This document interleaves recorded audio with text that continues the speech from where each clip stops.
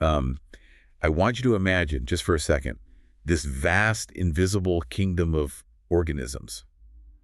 And they're just surrounding us every single day. Yeah, it's pretty wild to think about. It is, because we're sitting here right now, and they are in the air we are breathing. They're in the soil right outside the window. They're on the food in your kitchen. And it's kind of gross, but even as we sit here, you probably have populations of them just peacefully living on your skin. You absolutely do. We are talking about fungi. They aren't plants, they aren't animals, but they are so biologically similar to us, they share a crazy amount of our actual genetic machinery. And because of that, fighting them off when they actually get inside the human body is one of the hardest challenges in modern medicine. It really is a profound and I think often overlooked reality in medicine because, when we talk about infectious diseases, the public mind immediately jumps to bacteria and viruses. Right, like strep throat or the flu. Exactly. But fungi belong to a completely different, highly complex biological domain. And just to give you a sense of the sheer scale we are dealing with here, scientists have formally described roughly 80,000 different species of fungi out in the world. 80,000. Yeah, 80,000. Yet what is truly remarkable from a clinical perspective is that out of all of those, only about 400 are actually considered medically important to humans. That's a huge drop-off. It is. And if we narrow that focus even further, fewer than 50 species are responsible for more than 90% of all the fungal problems we face. That statistic is just staggering to me. Like 50 species out of 80,000 are causing almost all of the trouble. It really puts it into perspective. It does. So, welcome to today's deep dive. We are taking a massive encyclopedic journey into the world of medical mycology today. We've got a lot of source material, and we are going to unpack absolutely everything in it. Everything from the mild stuff to the true nightmares. Exactly. Our mission for this deep dive is to understand the entire spectrum, from the everyday annoyances like, dandruff and athlete's foot, to terrifying flesh-eating molds, all the way to the looming global threat of drug-resistant super yeasts that are literally forcing hospitals to shut down entire wings. And our goal today is to help you understand not just what these organisms are, but the actual mechanics of how they operate. The nuts and bolts. Right. We need to explore how they are built, how they manage to trick or just completely evade the human immune system, and why it is so incredibly difficult to invent drugs that can kill them without severely harming the human patient at the same time. And that pharmacological challenge really sits at the heart of this entire topic for me. I approach this material with just wide-eyed fascination. It feels like discovering an alien ecosystem operating on a microscopic level right under our noses. It is a bit like science fiction. It totally is. But we need to establish the core concept that makes mycology so uniquely challenging compared to, say, bacterial infections. The fundamental problem, as our sources lay out right at the beginning, boils down to one word: eukaryotes. Eukaryotes, yes. That is the foundational concept that dictates absolutely everything else we are going to discuss today. So break that down for us. Sure. So bacteria, which cause those familiar infections like tuberculosis or strep, are what biologists call prokaryotes. They are small, relatively simple cells. They don't have a defined nucleus. They lack complex internal organelles. They're built differently. Entirely differently. Because bacterial cells are fundamentally structurally different from human cells, pharmacologists can easily find what we call magic bullets. Like penicillin. Exactly like penicillin. We design a drug that seeks out and destroys a specific bacterial structure, like their unique cell walls, and it has no effect whatsoever on human cells, because human cells just don't have those structures. But fungi are eukaryotes. Yes, fungi are eukaryotes. And just like human cells, they belong to that exact same broad biological category. So we are essentially cousins on a cellular level. We are. Fungal cells are highly complex. They possess a defined nucleus enclosed in a membrane that houses their DNA. They have an endoplasmic reticulum to make proteins. They have a complex secretory apparatus. They have mitochondria to generate energy. They share so many homologous genes and metabolic pathways with the humans they infect. So the implication for modern medicine is that if we design a chemical poison intended to shut down a vital function in a fungal cell, there is a very high probability that the exact same poison will shut down that same vital function in your own human cells. it sounds like trying to write a computer virus that will wipe out a competitor's software without damaging your own, but you're both running the exact same operating system. That is a perfect analogy. The entire challenge of medical mycology is trying to find the tiniest, most subtle differences between our cells and their cells, and then exploiting those differences without causing massive collateral damage to the patient. Okay, so knowing they are so similar to us, we have to find their weak spots. Let's talk about their physical blueprint. How are these things actually built, and how do they grow? Let's start with their armor, the fungal cell wall. Right, because human cells don't have walls. Exactly. That is the first and most crucial difference we can exploit. Human cells are essentially soft bags of fluid encased in a highly flexible, delicate lipid membrane. But fungal cells have to survive harsh, unpredictable environmental pressures out in the soil or the air. They need a shell. They do. To protect themselves, they construct a rigid, robust cell wall completely surrounding their inner cell membrane. It helps me to visualize this. If a human cell is like a delicate water balloon, a fungal cell is like a water balloon placed inside a sturdy cardboard box. Yes, and that box dictates their shape and protects them from bursting when the environment changes. And the materials they use to construct this rigid outer layer are just a marvel of biological engineering. What's the box made of? It's primarily composed of highly complex carbohydrates. One of the main structural pillars providing that rigidity is a substance called chitin. Wait, chitin. Isn't that what insects use? It is the exact same tough, fibrous material that insects, crabs, and lobsters use to build their rigid exoskeletons. It's a long polymer of N-acetylglucosamine. It is so alien to think about a microscopic organism living inside a human lung, building a tiny crab shell around itself for protection. It provides immense structural integrity. But it's not just chitin. Interwoven with that, the wall contains other complex sugar polymers known as glucans, specifically molecules called beta-1-rhyl-3-glucan and beta-1-phylis-6-glucan. Glucans, okay. And there are also mannans, which are dense polymers of mannose sugars. All of these components are heavily cross-linked together to form this thick, multi-layered defensive matrix. So it's not just a physical barrier, right? It interacts with our bodies. Absolutely. Beyond just physical protection, these surface components mediate how the fungus attaches to human host cells. They are the very first things our immune system encounters. So our white blood cells recognize the chitin and the glucans. Yes. Certain molecules on the fungal surface bind directly to pattern recognition receptors on our white blood cells. Depending on the specific fungus, this interaction can either trigger a massive protective inflammatory response, or in the more clever species, the wall can be modified to help the fungus evade detection altogether. Okay, so the cell wall is the rigid outer box. But what about the water balloon inside the box? The cell membrane itself? Because our sources emphasize a really critical difference right there at the membrane level. They do. Humans use cholesterol to keep our cell membranes fluid and structurally stable. But fungi don't use cholesterol. No. They utilize something slightly different. They rely on a sterol called ergosterol. Ergosterol. Right. Structurally, ergosterol is incredibly similar to human cholesterol. It really only differs by a few double bonds in a methyl group. But that tiny, seemingly insignificant molecular difference is the absolute Achilles heel of the fungal kingdom. Because we can target it? Exactly.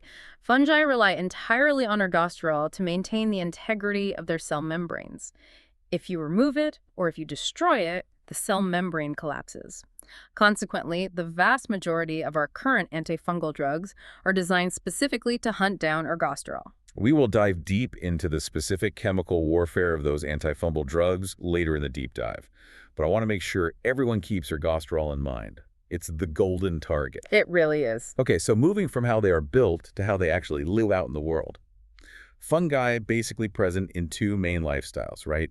Molds and yeasts. That's the basic division, yes. So let's break down the mechanics of each, starting with yeasts. What is a yeast? Yeasts represent the single-celled growth form of fungi. When you look at them under a microscope, they typically appear as solitary, spherical to ellipsoid cells. Just little round balls. Basically, they're quite small, usually ranging from 3 to 15 micrometers in diameter. Their lifestyle is largely independent, and they reproduce asexually through a process known as budding. Like a plant sprouting a new leaf on its stem. Very similar. The parent cell wall protrudes outward, forming a small bud. The internal nucleus replicates its DNA, and one copy of that DNA migrates into the nascent bud. Eventually, the bud pinches off to become an independent, genetically identical clone. Sounds very orderly. But this process isn't always a clean break, is it? No, the biology can get quite messy.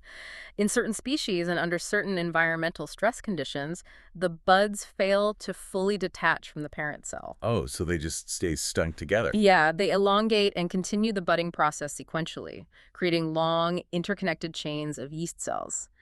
Mycologists refer to these structures as pseudohyphae, Pseudohyphae. fake hyphae. Exactly. Under the microscope, they look remarkably like a string of linked sausages, and this distinct form is actually a critical diagnostic clue for certain invasive infections, particularly those caused by the genus Candida. Okay, so those are the single spherical budding yeasts. What about molds? I think when we hear the word mold, the immediate mental image everyone has is that fuzzy green patch spreading across a forgotten loaf of bread in the pantry.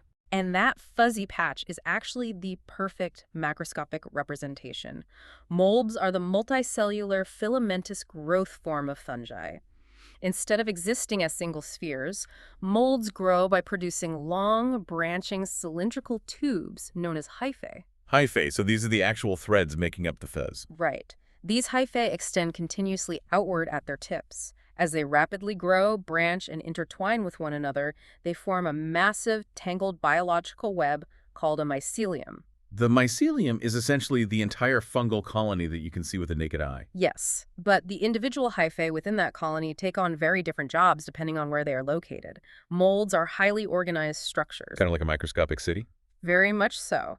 They possess what we call vegetative hyphae, sometimes referred to as substrate hyphae. These structures act very much like the root system of a tree. They dig down. They dig downward into whatever supporting medium they are growing on, whether that is soil, a laboratory agar plate, or human tissue. Their primary role is to anchor the colony and secrete powerful digestive enzymes outward into the environment. So they melt the environment around them. They do. These enzymes break down complex organic matter, allowing the vegetative hyphae to absorb the resulting basic nutrients. They're doing the hard work of actually digesting the environment and feeding the colony. Okay, so the vegetative ones are the roots digging down. What about the fuzzy part sticking up into the air? Those are the aerial hyphae. They project upward above the surface of the substrate, reaching out into the air. And their sole function is reproduction. They spread the spores. Exactly. They bear the specialized reproductive structures that will eventually manufacture and release millions of spores into the surrounding environment, allowing the air currents to spread the fungus far and wide. Which brings up a really frustrating topic from the sources: reproduction and terminology. The naming conventions in mycology can seem incredibly confusing. It is notoriously difficult for medical students to memorize. I bet. Our sources point out that a single fungal organism can actually have two completely different scientific names. Why on earth did early scientists create such a confusing system? Well, the confusion stems from the incredible versatility of fungal life cycles. Many fungi possess the ability to reproduce both asexually and sexually. So asexually is just cloning themselves. Right, creating exact genetic clones to rapidly populate a favorable environment. But sexually, they mate with a compatible fungal strain to exchange genetic material and create diverse offspring capable of surviving changing conditions. That makes evolutionary sense.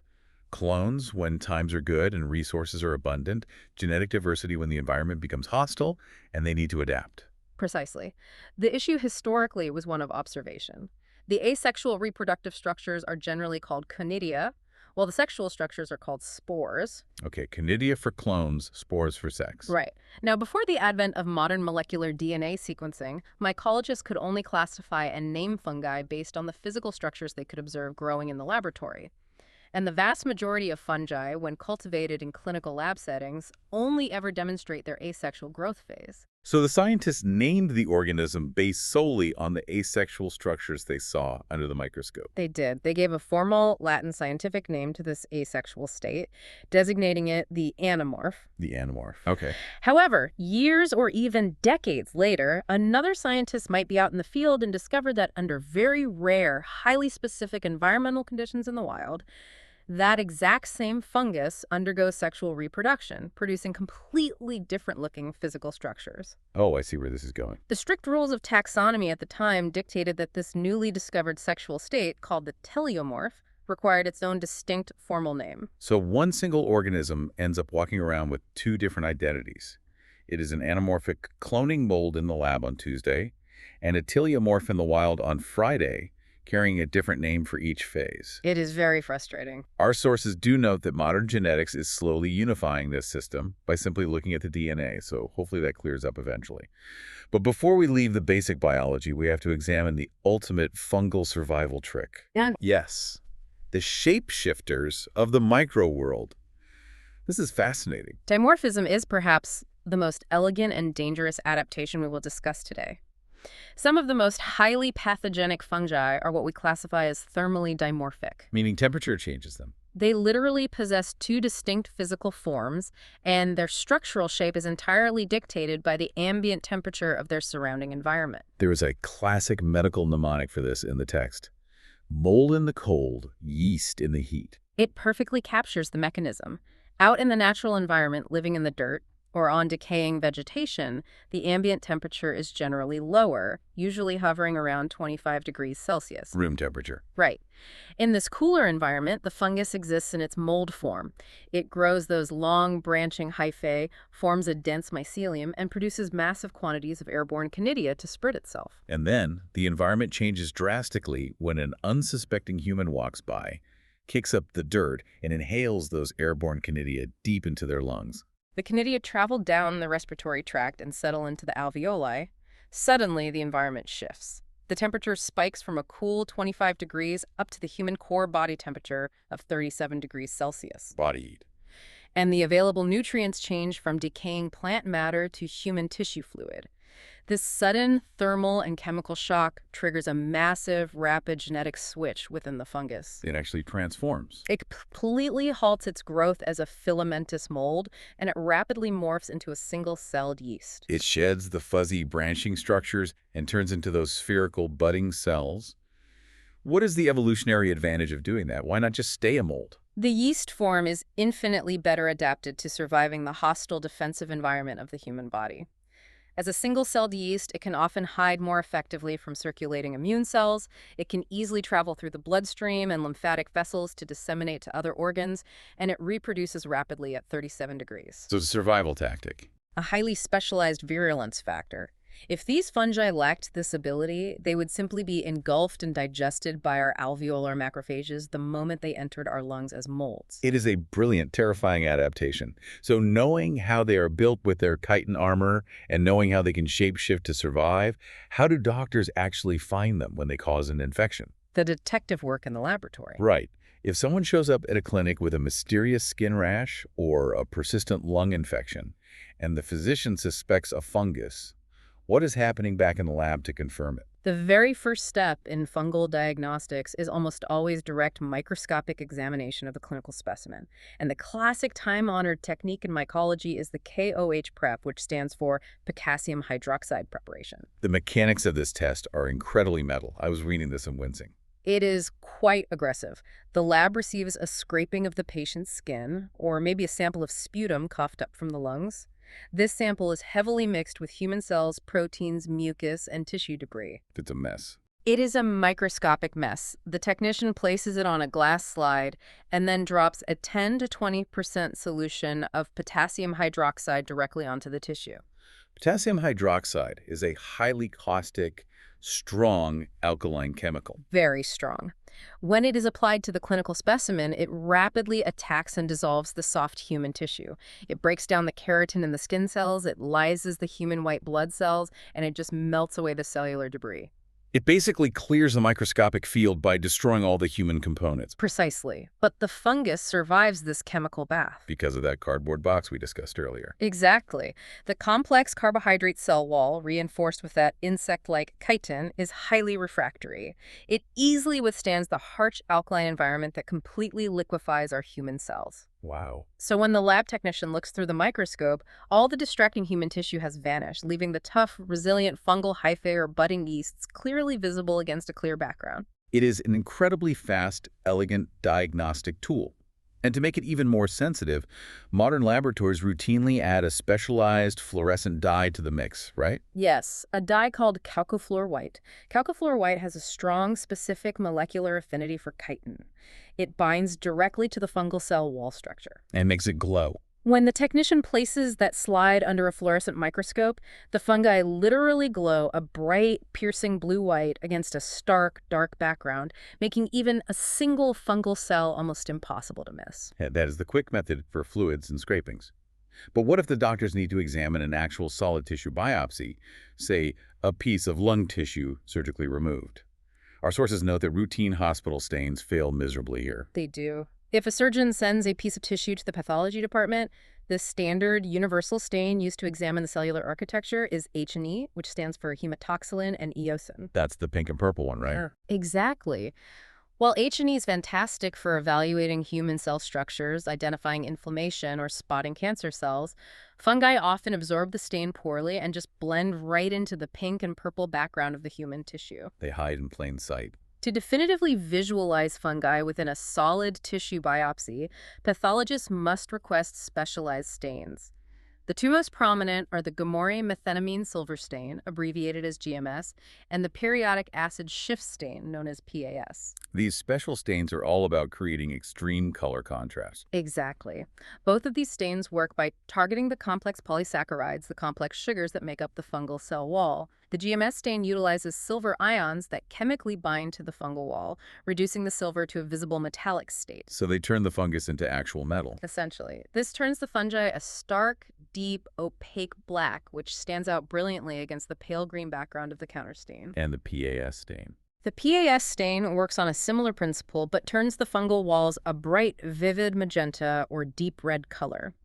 When pathologists look through the microscope and see those thick black or red branching tubular structures cutting aggressively through the human tissue, they have definitive proof of an invasive fungal infection. So seeing the organism proves it there.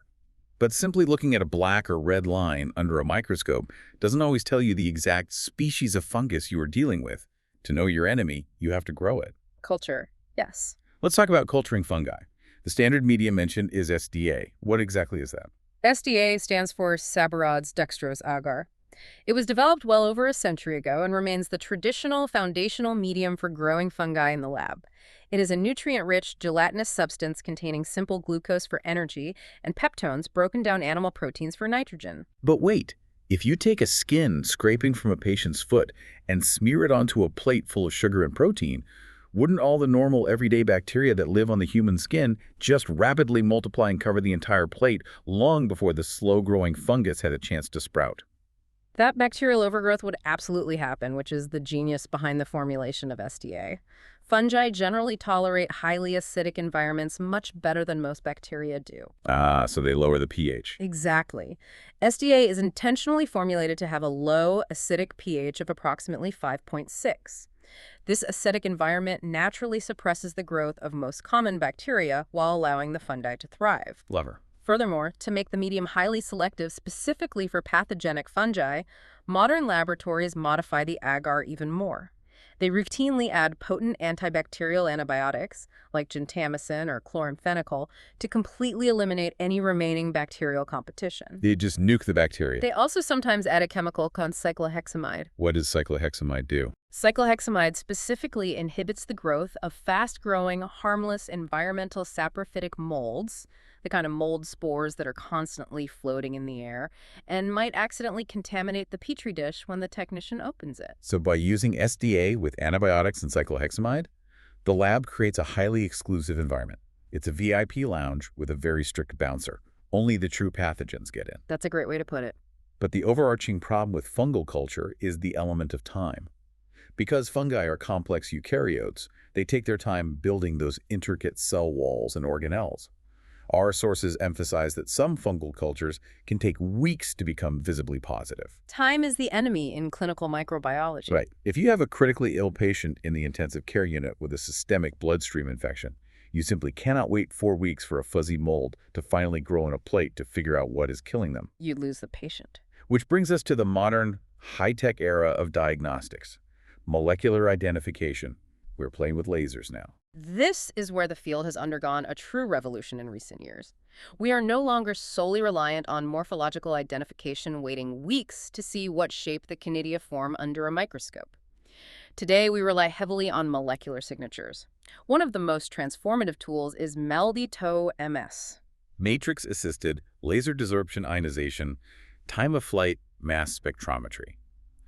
It sounds incredibly intimidating, but the concept basically involves shooting lasers at the fungus to see what it is made of. Walk us through how this works in practice. It does sound like science fiction, but it has become a standard daily tool in large labs. If you have a tiny colony of yeast or mold just starting to grow on a plate, instead of waiting days to run biochemical tests to see what sugars it likes to eat, you smear a minuscule amount of that colony onto a specialized metal target plate. Okay, the fungus is on the metal plate. You then bombard that sample with a laser. The intense energy of the laser vaporizes the fungal proteins, breaking them apart and turning them into charged ions. These charged protein fragments are then accelerated by an electric field through a long vacuum tube. This is the time-of-flight tube. And the fundamental physics here is that smaller, lighter protein fragments will fly through the vacuum tube much faster than heavier, bulkier protein fragments. The physics are wonderfully simple. A detector at the far end of the vacuum tube records the exact microsecond each protein ion strikes it. The system then plots this data to generate a specific mass spectrum, a complex graphical chart with various peaks. A protein fingerprint. Exactly.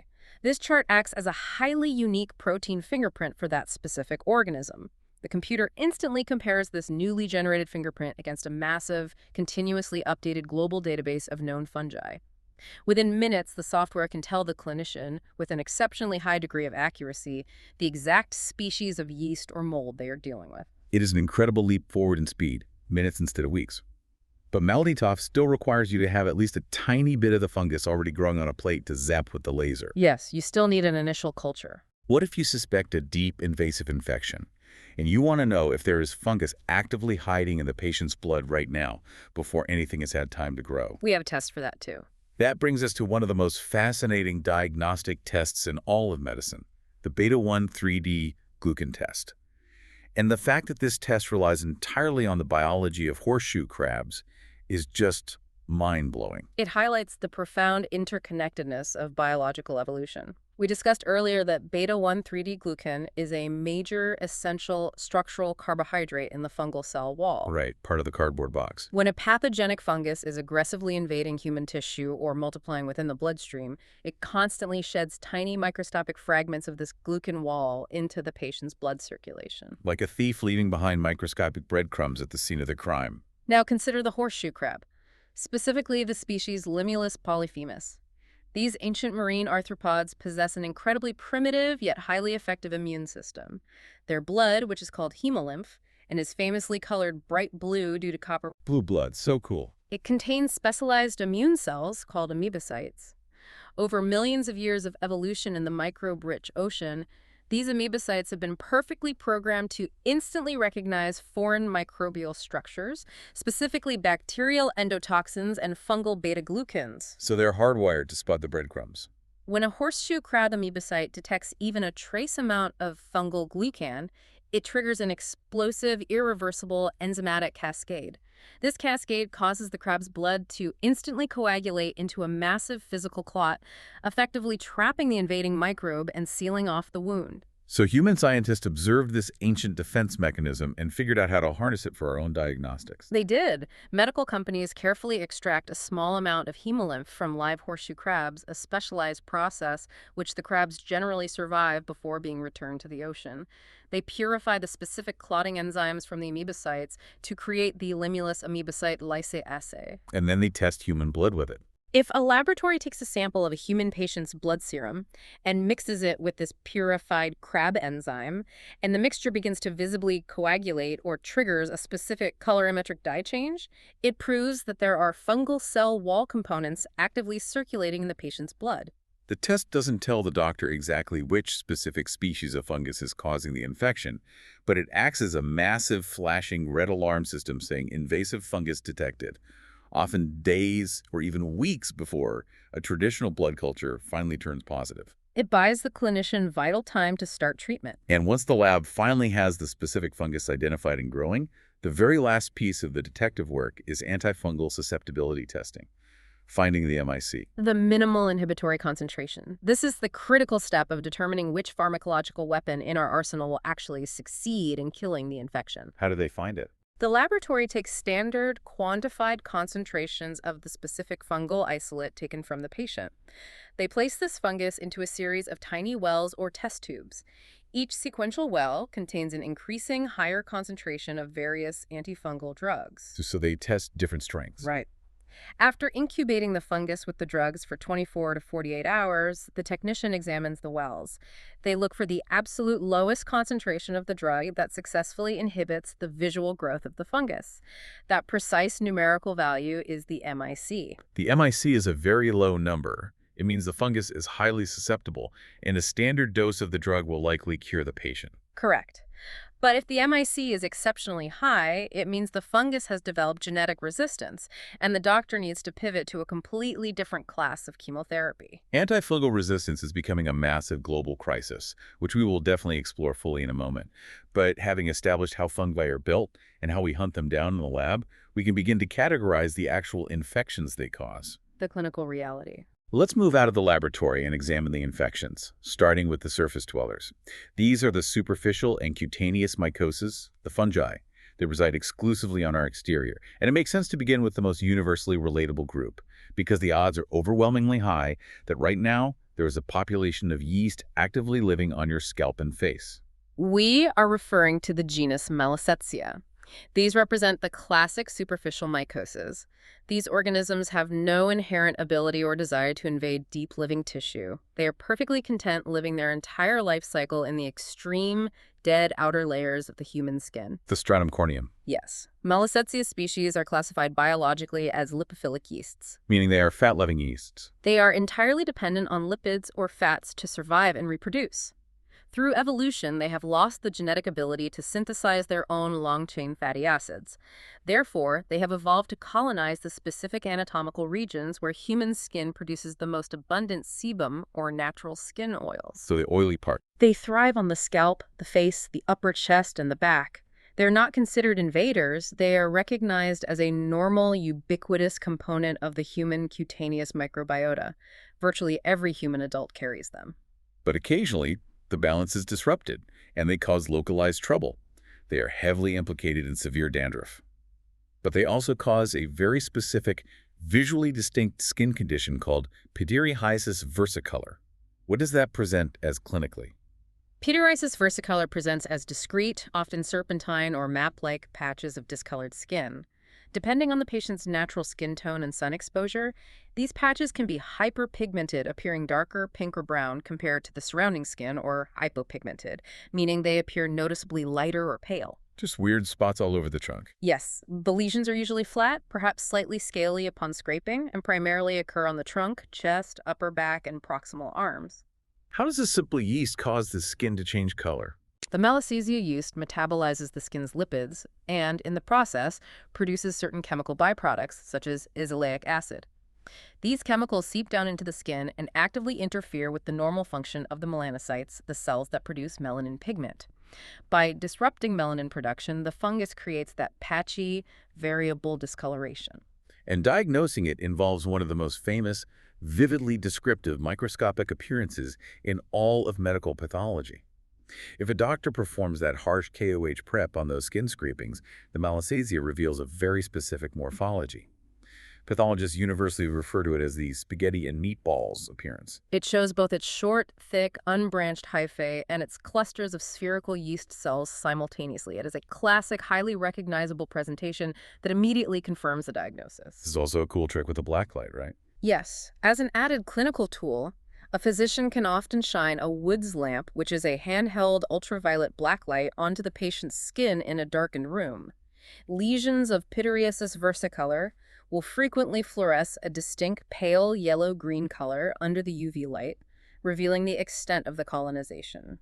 Treatment is generally pretty straightforward, just topical antifungal creams or washing with a selenium sulfide shampoo, though patients are often frustrated because the skin discoloration can take several months to fully resolve and repigment, even after the fungus is completely dead. It takes time for the melanocytes to recover. Before we delve deeper into the skin layers, our sources briefly highlight two other quirky, highly specialized superficial infections, tinea nigra and piedra.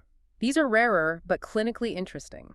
Tinea nigra is caused by a demaciaceous fungus, meaning a naturally dark pigmented or melanized fungus called Hertia or Necki. It causes superficial, completely painless, flat brown or black metules, almost exclusively on the thick skin of the palms of the hands or the soles of the feet. That sounds scary to find on your hand. Clinically, it can look alarmingly like a dangerous melanoma skin cancer, causing great anxiety for the patient. But a simple, painless skin scraping confirms it is merely a harmless surface fungus. And Piedra? Piedra is a nodular infection that attacks the hair shaft itself. Black piedra, found in tropical climates, causes hard, gritty black nodules to form firmly attached to the scalp hair. White piedra causes softer, cream-colored, easily detachable nodules on facial hair, armpit hair, or pubic hair. Both are easily treated by simply shaving or clipping the affected hair and applying topical agents. So those are the relatively benign surface swellers just passively hanging out on our oils and dead cells. But if we descend just one microscopic layer deeper, the dynamic changes entirely. We meet the cutaneous mycoses, universally known as the dermatophytes. These are the fungi that do not just sit passively on the skin, they actively digest it for sustenance. Dermatophytes represent a highly specialized, closely related group of about 40 fungal species. Their defining evolutionary trait is the possession of a powerful, unique enzyme known as keratinase. The keratinase, it breaks down keratin. Exactly. Keratin is the incredibly tough, fibrous structural protein that constitutes the resilient outer protective layer of human skin, our hair shafts, and our nail plates. The vast majority of microorganisms on Earth cannot break down keratin. Dermatophytes, however, secrete keratinase to actively dissolve this protein, utilizing it as their primary essential food source. They literally consume our dead skin, hair, and nails. Yeah. And mycologists divide them into three main genera based on their appearance, correct? In the laboratory, they are divided into microsporum, trichophyton, and epidermophyton. They are all filamentous molds, and mycologists differentiate them primarily by observing the microscopic shape and structure of their large asexual spores, which are called macroconidia. So what do they look like? Microsporum species typically produce large, rough-walled, spindle-shaped, or boat-shaped macroconidia. Epidermophyton produces smooth-walled, club-shaped macroconidia, often clustered in groups. And trichophyton species are unique in that they rarely produce the large macroconidia when they do. They are thin-walled and cigar-shaped, but instead heavily rely on producing thousands of tiny spherical microconidia scattered along their hyphae. The microscopic shapes are crucial for the lab, but out in the real world, the patient suffering from the infection does not care about the shape of the macroconidia. They care about the intense itching, the scaling, and the visual rash. The clinical presentation. Right. In clinical medicine, these dermatophyte infections are universally grouped under the clinical term tinea. Let's walk through the greatest hits of the tinea family because almost everyone encounters one of these in their lifetime. The clinical naming convention for dermatophyte infections is highly standardized. It simply combines the word tinea with the Latin anatomical name for the affected body part. Therefore, tinea pedis is a dermatophyte infection of the foot. Athlete's foot. Universally known as athlete's foot. It typically presents as chronic, intense itching, followed by the maceration, peeling, and painful quacking of the delicate skin between the toes, particularly in individuals who wear tight, non-breathable footwear that traps moisture. The quintessential locker room menace. How do the others present? Tinea cruris affects the warm, moist environment of the groin and inner thighs, commonly referred to as jock itch. It presents as a red, intensely itchy rash with a sharply defined, raised border. Tinea corporis affects the smooth, non-hairy, glabrous skin of the body and limbs. This is commonly referred to as ringworm. Which is a terrible historical misnomer because there is absolutely no worm involved whatsoever. None at all. The name derives purely from its visual presentation. The fungal hyphae establish a foothold in the skin and begin growing radially outward in a circle, secreting keratinase and digesting the skin as they advance. So it spreads in a ring. This creates an advancing, raised, red, highly scaly border where the active infection is occurring. Meanwhile, the skin in the center of the lesion, where the fungus has already exhausted the local keratin supply, begins to heal and clear up. This outward expansion with central clearing creates the classic, distinct ring shape. What about infections involving hair and nails? Tinea capitis is ringworm of the scalp and the hair shafts themselves. The fungus actively invades the hair follicle, causing the hair to become brittle and break off right at the surface of the scalp, leading to distinctive patches of scaling alopecia or hair loss, most commonly seen in young children. And the nails. Finally, there is Tinea unguium, medically termed onychomycosis. This is the dermatophyte infection of the nail plates. The fungus invades the nail bed and digests the dense keratin of the nail itself. The affected nail becomes massively thickened, discolored, usually yellow or brown, brittle, and highly crumbly. That one's really hard to get rid of, isn't it? Onychomycosis is notoriously the most stubborn and difficult dermatophyte infection to cure. Topical antifungal creams are generally useless because they simply cannot penetrate through the dense, thick keratin shield of the nail plate to reach the active infection beneath. Curing it almost always requires months of systemic oral antifungal medications to deliver the drug via the bloodstream directly to the newly forming nail matrix. The clinical realities of these infections are fascinating, but the underlying evolutionary biology dictating how we react to them is even more compelling. Our sources highlight a biological rule regarding the origins of these dermatophytes and how the human immune system responds to them. Host pathogen adaptation. Yes. They are ecologically classed into 3 distinct categories: geophilic, zoophilic, and anthropophilic. How does the origin of the fungus dictate the severity of the human infection? This represents one of the most elegant, observable examples of evolution in all of microbiology. Geophilic dermatophytes are species that naturally reside in the soil. Their ecological role is to break down keratin debris, shed feathers, animal hair, hooves that fall to the earth. Dirt fungi. Right. Zoophilic species have evolved to live as parasites on specific animal hosts, dogs, cats, cattle, or horses. Anthropophilic species, however, have evolved over millennia to live and reproduce exclusively on human beings. So we have soil fungi, animal fungi, and human fungi. How does that origin change what happens when they infect a human? It fundamentally alters the intensity of the human inflammatory response. If a human acquires a geophilic fungus from working barefoot in the garden dirt, or a zoophilic fungus from petting an infected stray kitten, the human immune system instantly recognizes the molecular patterns of these fungi as highly foreign, entirely alien invaders. Because they aren't supposed to be there. The immune system does not tolerate their presence. It mounts a massive, aggressive, acute inflammatory response. The resulting skin lesion becomes intensely red, angry, highly painful, severely blistered, and sometimes the body's response is so profound that it forms a massive, boggy, pus-filled inflammatory nodule known as a carrion. The human immune system essentially goes nuclear on the site of the infection. It orchestrates a scorched earth defense. And ironically, because the immune response is so incredibly intense and destructive, these zoophilic and geophilic infections, while visually horrifying and quite painful, tend to resolve relatively quickly. The body aggressively fights them off, sloughs off the infected tissue, and eradicates the fungus. But the human-loving ones, the anthropophilic species, play an entirely different game. Completely different. Anthropophilic dermatophytes, such as Trichophyton rubrum, have spent thousands of years evolving alongside human hosts. Through natural selection, they have learned how to actively suppress or evade our immune recognition. They produce far fewer inflammatory antigens. They fly under the radar. When an anthropophilic fungus infects your skin, it is stealthy. The immune system barely notices it is there. Consequently, these species elicit only a very mild, chronic, low-grade inflammation, just enough to cause a little scaling and persistent itching, but not enough to trigger a massive immune attack. And because the body isn't fighting back hard, it just stays there. Because the body does not mount an aggressive defense, these anthropophilic infections are not naturally cleared. They can persist for months, years, or even an entire lifetime if left untreated by medicine. They are incredibly difficult to permanently eradicate because the body is barely fighting them. It is the ultimate parasitic evolutionary strategy.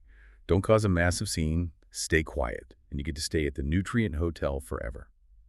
And just a quick diagnostic note before we delve deeper into the body. We mentioned Wood's lamps earlier for illuminating Malassezia. Some of these dermatophytes have a similar fluorescent property, correct? Yes, specifically certain microsporum species that cause tinea capitis. When they infect the hair shafts on the scalp, they produce specific chemical metabolites like pteridine. If a pediatrician suspects ringworm of the scalp, they can simply shine a Wood's lamp on the child's head in a darkened examination room. Infected hairs will fluoresce a bright, vivid, greenish-silver color, allowing for rapid, non-invasive triage. It's a brilliant diagnostic shortcut. Okay, so we have extensively covered the surface scratchers and the skin digesters. Now we must move deeper into section 4, under the skin, the subcutaneous mycoses. Up until this point, we have discussed fungi that you can catch from a damp locker room floor or by cuddling an infected pet. But this next group requires a much more forceful entry strategy. You do not catch these by sneezing, breathing, or shaking hands. No, the mechanism of infection is entirely different. The fungi responsible for subcutaneous mycoses normally reside peacefully out in the natural environment, dwelling in the soil, on rotting wood, or on decaying vegetation. Crucially, they lack the keratinase enzymes of the dermatophytes. They possess absolutely no inherent biological mechanism to penetrate intact, healthy human skin. So they need help getting in. Therefore, in order to cause a human infection, they must be physically, mechanically injected deep into the subcutaneous tissue, into the dermis and the fat layers beneath the protective keratin shield. The patient has to be physically stabbed. That is the precise requirement. The classic unifying mode of transmission for this entire class of infections is traumatic inoculation. A contaminated splinter of wood, a sharp twig, a cactus spine, or a rose thorn acts as a crude biological hypodermic needle. It physically punctures the skin, carrying the environmental mold spores from the surface deep down into warm, nutrient-rich subcutaneous tissue. Because of this specific requirement, these infections are almost entirely recognized as occupational hazards. They predominantly afflict agricultural workers, farmers, landscapers, loggers, and avid gardeners who work with their hands in the soil and vegetation. Which provides the perfect segue into discussing the most famous of these subcutaneous infections, sporotrichosis. In medical circles, this is universally known as rose gardener's disease. Walk us through the mechanics of sporotrichosis. Sporotrichosis is a classic example of a thermally dimorphic fungus. Out in the natural environment, it grows as a filamentous mold on vegetation. It has a particular affinity for sphagnum moss, rose bushes, and decaying wood. The clinical picture is almost a medical cliché. A passionate gardener is aggressively pruning their rose bushes and suffers a deep, penetrating prick on their finger from a contaminated thorn. And the mold spores on that thorn are forcefully inoculated deep into the finger. Exactly. And because this organism is thermally dimorphic, the sudden shift to the 37-degree heat of the human body triggers the shape-shifting transformation. Mold in the cold, yeast in the heat. So it changes right there in the finger. Within the warm tissue, the organism completely changes its genetic expression. It sheds its mold characteristics and morphs into small, distinctive cigar-shaped yeast cells. Over the next several weeks, the yeast slowly multiplies locally. A small, hard, firm, remarkably painless nodule gradually develops at the exact site of the original thorn prick. As the infection progresses, this primary nodule eventually necroses, ulcerates, and breaks open, creating a chronic, draining wound. But the infection does not remain localized to that single finger. It begins to move, right? It does. Sporotrichosis possesses a specific, highly adapted affinity for the human lymphatic system. The yeast cells inevitably gain entry into the local lymphatic vessels that are responsible for draining fluid away from that infected finger. So it hitches a ride on the drainage system. Over the course of the next several weeks to months, a series of secondary subcutaneous nodules will sequentially pop up, traveling in a distinct linear fashion ascending the patient's arm. These secondary nodules follow the exact anatomical path of the lymphatic draining system as it routes toward the regional lymph nodes in the armpit. This visible linear chain of slowly ulcerating nodules creeping up an arm or a leg is the absolute clinical hallmark of lymphocutaneous sporotrichosis. It is such a highly specific, visually striking disease progression.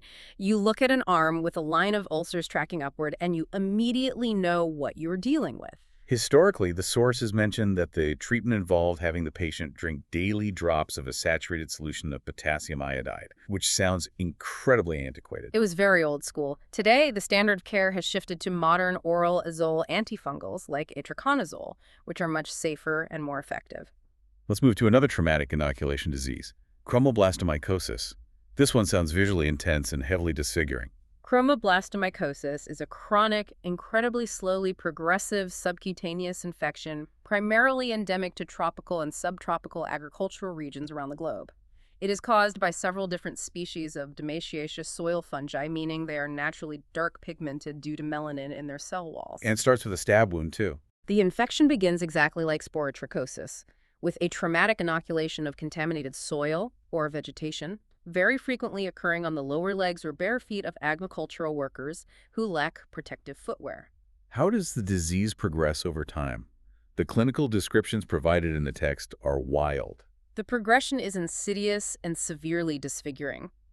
The initial lesion might appear as a small, scaly, slightly raised papule at the site of the injury. But over the course of many months, or even years, the infection slowly, relentlessly expands outward. It just keeps growing. The lesions develop into massive, highly elevated verrucous or wart-like cauliflower-shaped masses that can eventually envelop entire limbs. The surrounding subcutaneous tissue becomes heavily fibrotic, scarred, and completely distorted due to the decades of chronic low-grade inflammation. But the true diagnostic key lies in what is happening beneath the microscope. If a pathologist takes a surgical biopsy of that massive cauliflower lesion and stains it, they are looking for a highly specific cellular structure. They are looking for the presence of what are formally called sclerotic bodies. When these demaciaceous fungi are introduced into the human tissue, they do not form typical branching hyphae, nor do they form actively budding yeast. Instead, they arrest their normal cellular division process. They form thick-walled, highly multiseptate spherical structures. Because the fungus is naturally melanized, these structures appear deep, dark brown against the pink human tissue. Pathologists globally refer to them colloquially as copper pennies because they look exactly like small, dark, segmented coins scattered chaotically throughout the human tissue biopsy. If a pathologist visualizes those copper pennies in the tissue, they have definitively, unequivocally diagnosed chromoblastomycosis. The visual of finding microscopic copper pennies hidden in a tissue sample is a detail that really anchors the concept. And the final major subcutaneous infection we need to dissect is mycetoma, historically referred to as Madura foot. Mycetoma represents another chronic, severely destructive localized infection initiated by traumatic inoculation. It is highly endemic in specific tropical and subtropical areas, particularly regions of India, the African continent, and Latin America. The clinical diagnosis of a mycetoma relies on observing a highly specific clinical triad. What's the triad? First, there is massive, localized, deeply woody swelling of the infected tissue, most commonly affecting the foot. Second, the infection destroys the tissue architecture, leading to the formation of multiple interconnecting sinus tracts. Just to clarify the terminology, a sinus tract in this context refers to a small, abnormal tunnel that the infection burrows through the deep tissue, eventually opening up onto the surface of the skin. Yes. These sinus tracts act as drainage pipes. They continuously exude purulent, highly inflammatory fluid, or pus, onto the skin surface. And the third defining characteristic of the triad is that this draining purulent fluid contains small, visually distinct particles called granules.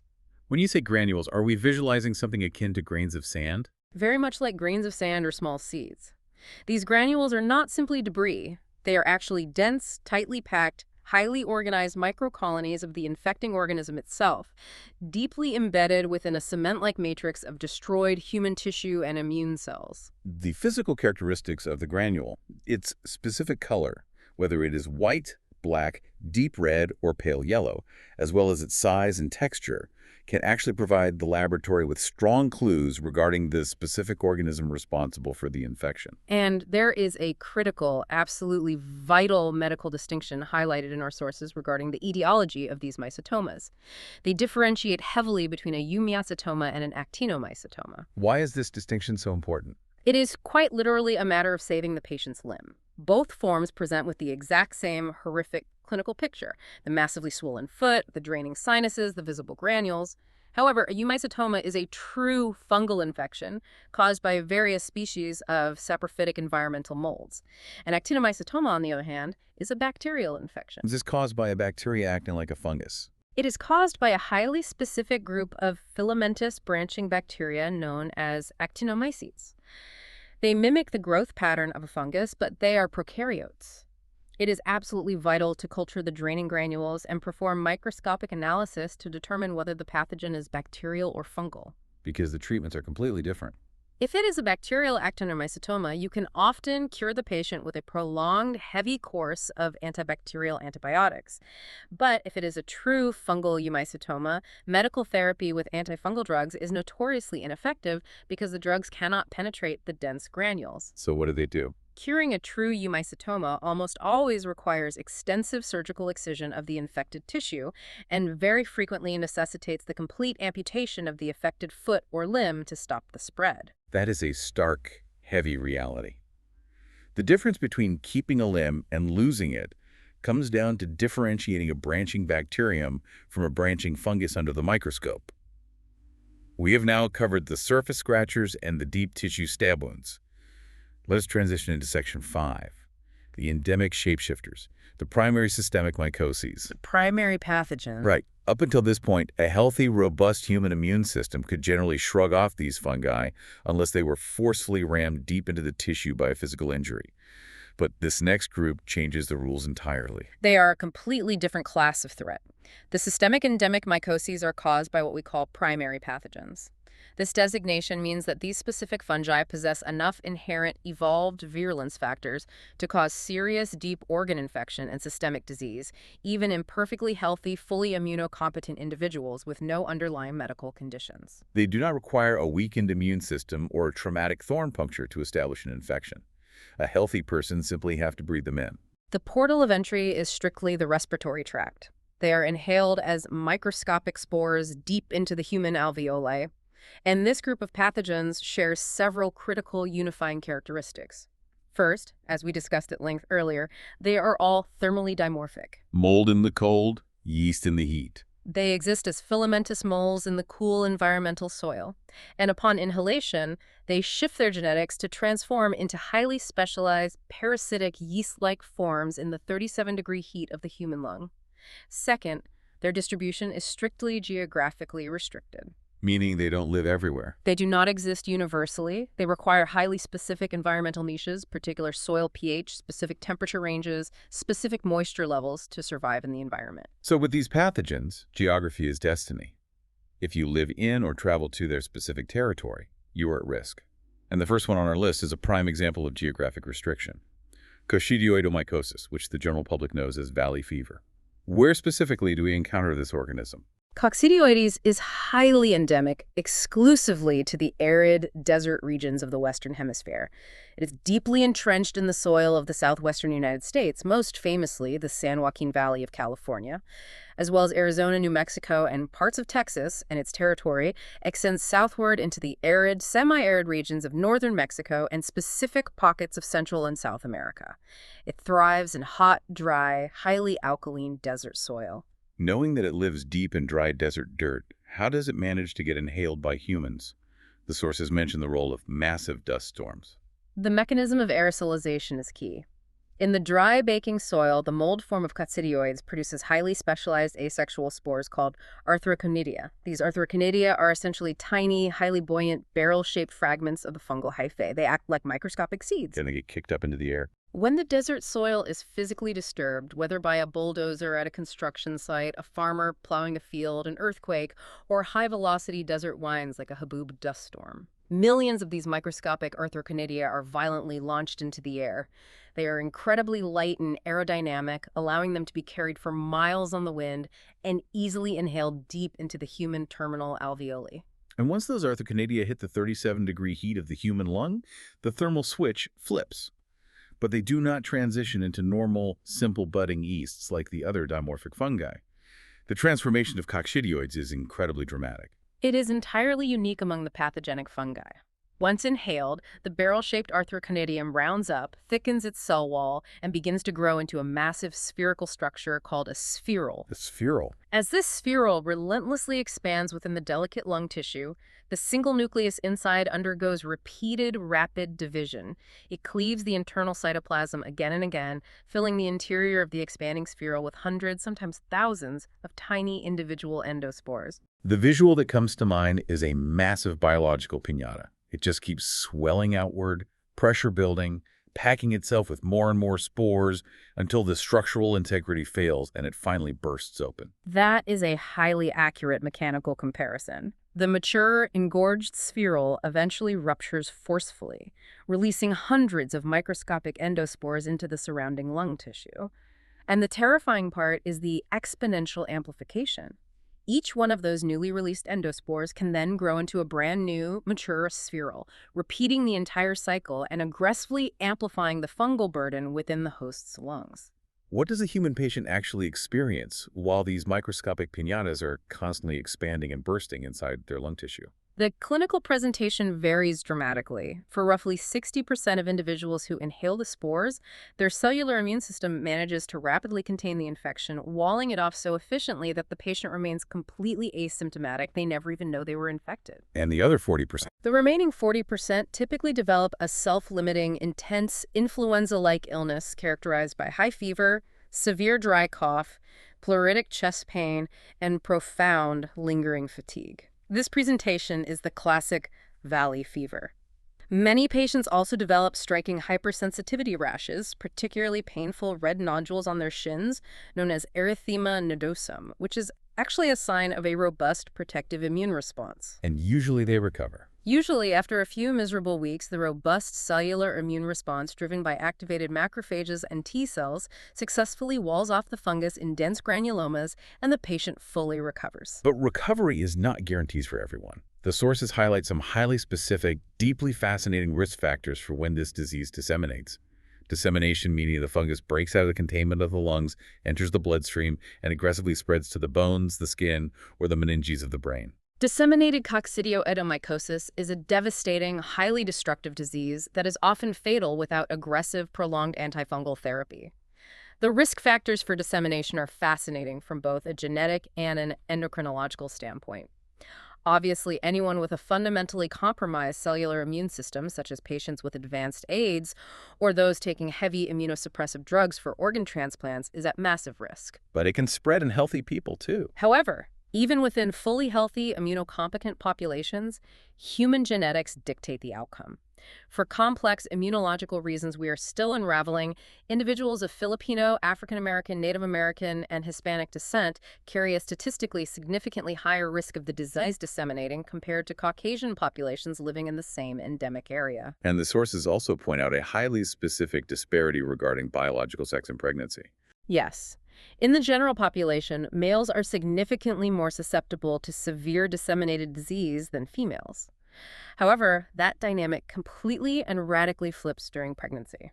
Pregnant women, particularly as they enter the third trimester, are at an extraordinarily high risk for severe, overwhelming, disseminated infection. Why the third trimester? We believe this is a direct mechanistic effect of human sex hormones on the fungus itself.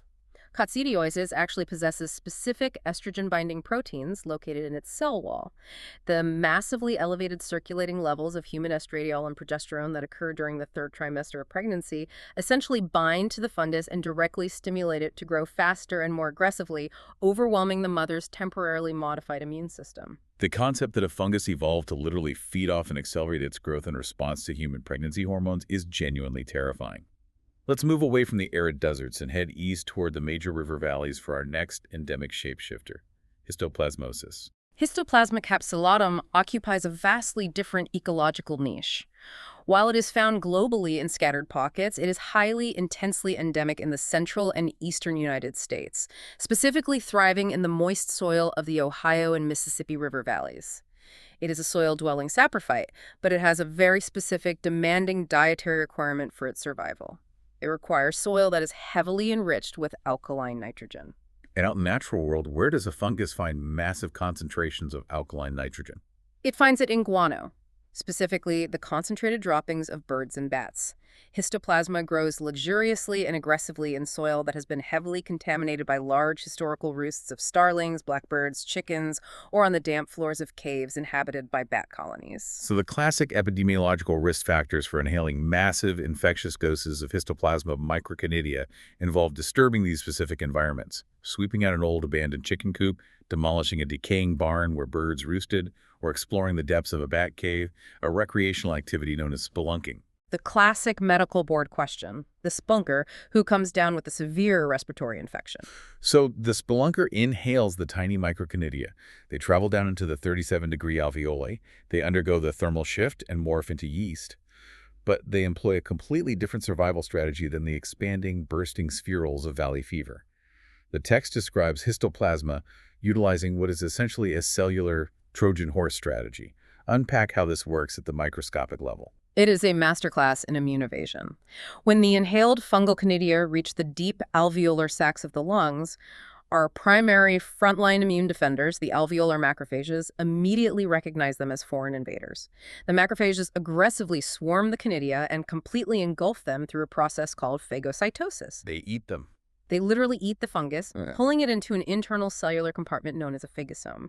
Normally, the macrophage would then fuse this compartment with a lysosome, drastically dropping the internal pH to create a highly acidic environment and flooding the chamber with toxic, destructive enzymes designed to dissolve and kill the pathogen. But the histoplasma fungus actively wants to be eaten. It likes it inside that chamber. It does not merely survive the engulfment, it thrives precisely because of it. Once locked inside the macrophage's internal chamber, histoplasma actively secretes buffering chemicals that rapidly neutralize the acidic pH, physically preventing the macrophage from digesting it. Safely inside, the fungus undergoes its dimorphic transition. It shifts to a yeast. It morphs into a tiny, oval-shaped yeast cell and begins rapidly budding and replicating. It essentially turns the macrophage's internal death chamber into a cozy, nutrient-rich incubator. By hiding inside the very immune cell tasked with destroying it, the fungus utilizes the macrophage as a protective, impenetrable shield against circulating host antibodies. Furthermore, as the infected macrophage wanders back into the lymphatic system, the fungus uses it as a microscopic taxi service, allowing it to travel safely and disseminate silently to the liver, the spleen, and the bone marrow. It hijacked the police car, disabled the radio, and is now using the squad car to drive around the city completely undetected. What is the ultimate outcome for the patient? For the vast majority of healthy, immunocompetent individuals, the immune system eventually catches on. Specialized helper T cells recognize that the macrophages are infected. The T cells release powerful chemical signals, like interferon gamma, which heavily activate the macrophages, turning them into superkillers. So the macrophages finally kill it. The activated macrophages finally overcome the fungal buffering, dropping the pH and destroying the yeast inside. The body walls off the battlefield, leaving behind small, calcified granulomas in the lungs and spleen that look radiographically identical to old tuberculosis scars. But if they don't have T cells? However, in patients who suffer from profoundly compromised T-cell immunity, especially individuals with advanced untreated HIV/AIDS, the macrophages never receive that crucial activation signal from the missing T-cells. The yeast proliferates endlessly, causing a severe, overwhelming, often rapidly fatal disseminated disease characterized by massive enlargement of the liver and spleen as they become engorged with infected macrophages. That perfectly illustrates how delicately balanced our immune response is. Okay, sticking roughly in the same geographic territory, let's examine the third systemic shapeshifter on our list, blastomycosis. Blastomyces dermatitis shares significant geographic overlap with histoplasma. It is primarily found in the moist soil of the Mississippi and St. Lawrence River valleys, extending down into the southeastern United States. However, its exact, specific ecological niche remains frustratingly difficult for scientists to pin down. Where do people catch it? It strongly associates with decaying organic matter, rotting wood, and damp, acidic soil, very frequently in close proximity to riverbanks or waterways. It is a very common severe infection in hunting dogs who enthusiastically nose around in the wet, decaying underbrush and subsequently in the humans who accompany those dogs into the woods. And when it comes to diagnosing blastomycosis in the laboratory, pathologists are always hunting for one highly specific signature visual under the microscope. What is the hallmark of blastomyces? They are specifically looking for the presence of the broad-based budding yeast. When blastomyces undergoes its thermal shift and morphs into its parasitic yeast form within the human lung tissue, it produces a very large, exceptionally thick-walled, multinucleated spherical cell. And when it buds? When this mother cell begins to bud to reproduce, the new daughter cell remains physically attached to the parent cell by an unusually wide, thick connection, the broad base. The daughter cell remains attached until it reaches almost the exact same massive size as the parent cell before finally separating. Under the microscope, this creates a very distinct, chunky figure-8 appearance. If a pathologist visualizes that large, thick-walled, broad-based budding yeast, the diagnosis of blastomycosis is confirmed. Clinically, it initially causes an acute pulmonary pneumonia, but it is notorious for its tendency to aggressively disseminate from the lungs, specifically to the skin and the skeletal bones, creating these horrific, ulcerated verrucous granulomas on exposed areas like the face and hands. All right, our final endemic shapeshifter takes us away from the United States and south of the border to explore paracoccidioidomycosis. Paracoccidioides brasiliensis is a dimorphic pathogen confined almost entirely to the highly endemic humid regions of Central and South America. It is deeply considered an occupational disease, primarily afflicting rural agricultural workers, particularly coffee and sugarcane farmers who spend decades working closely with the soil in these specific endemic zones.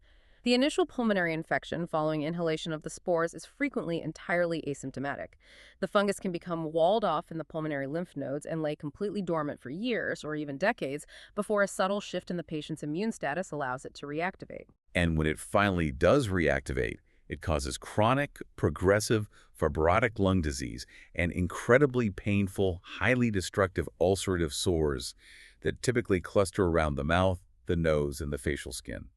But the two most compelling and unique aspects of this organism are its microscopic morphology and its striking epidemiological profile. Let's start with the shape.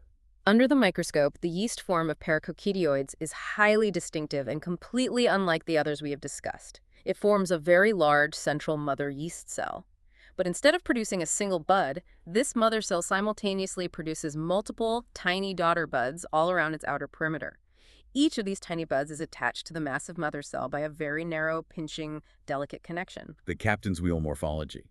Because under the microscope, it looks exactly like the large wooden steering wheel of an old 18th century pirate ship, with the tiny buds acting as the handles. That is the universal classic mnemonic taught in every medical school microbiology course, the captain's wheel.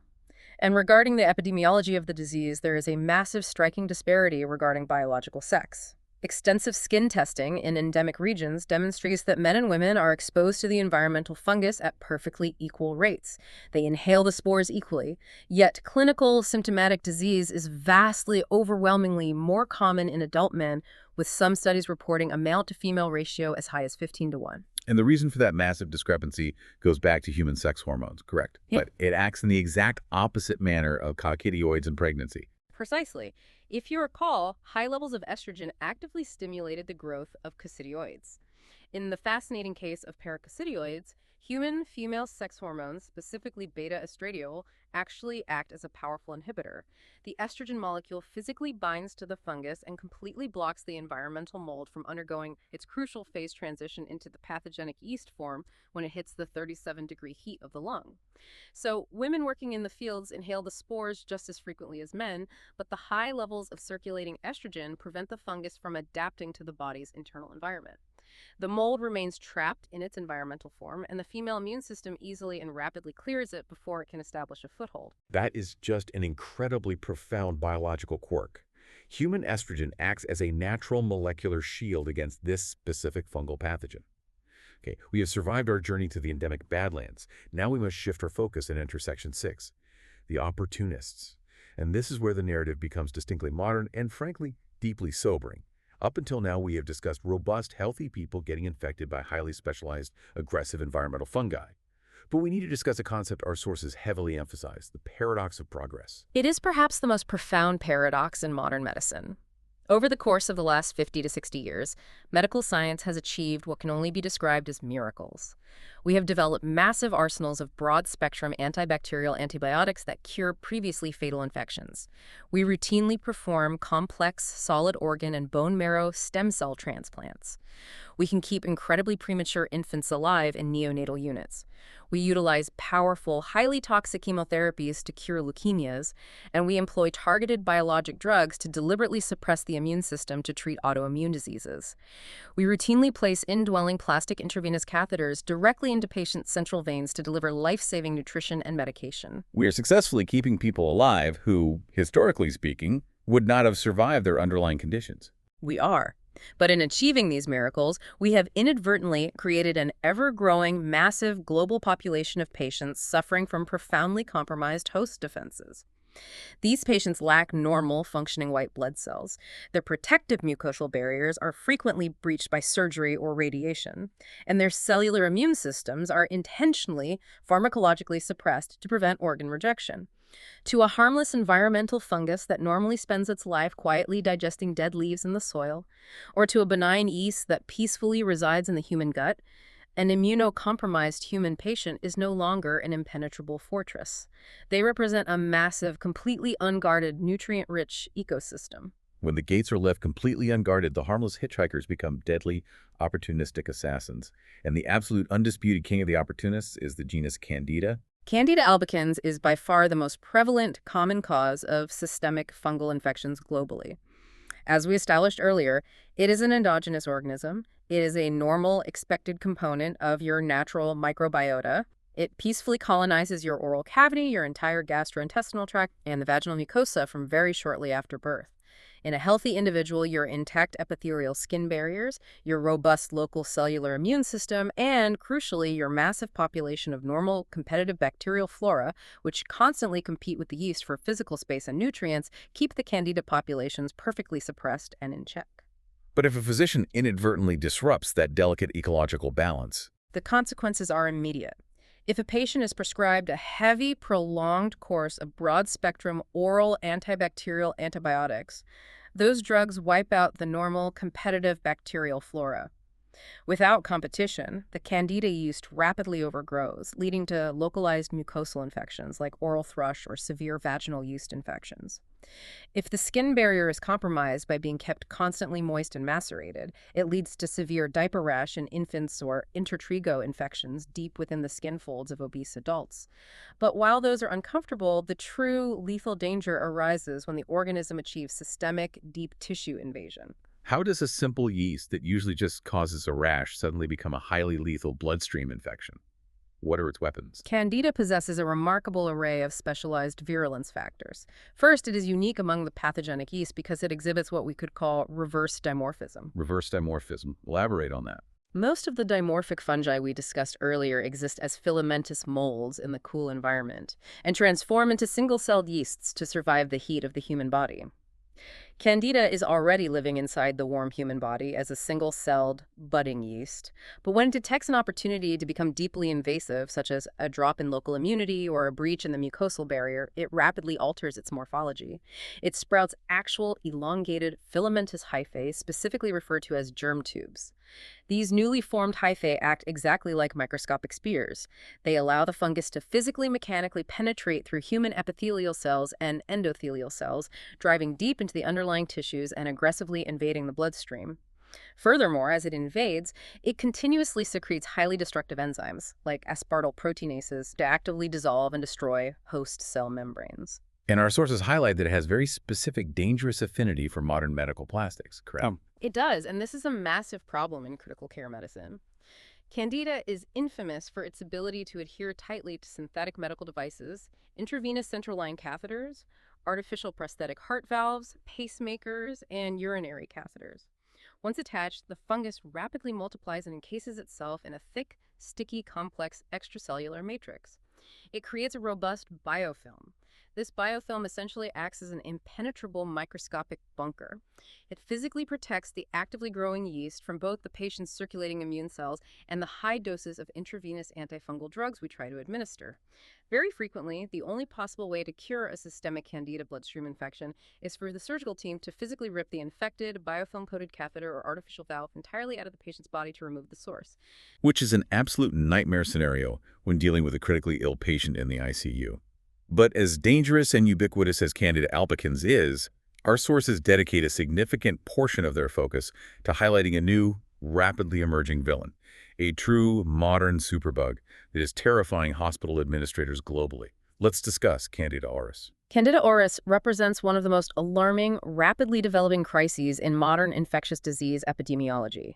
It was entirely unknown to science until it was first isolated and identified in the external ear canal of a single patient in Japan in 2009, which is where the species name auris, referring to the ear, originates.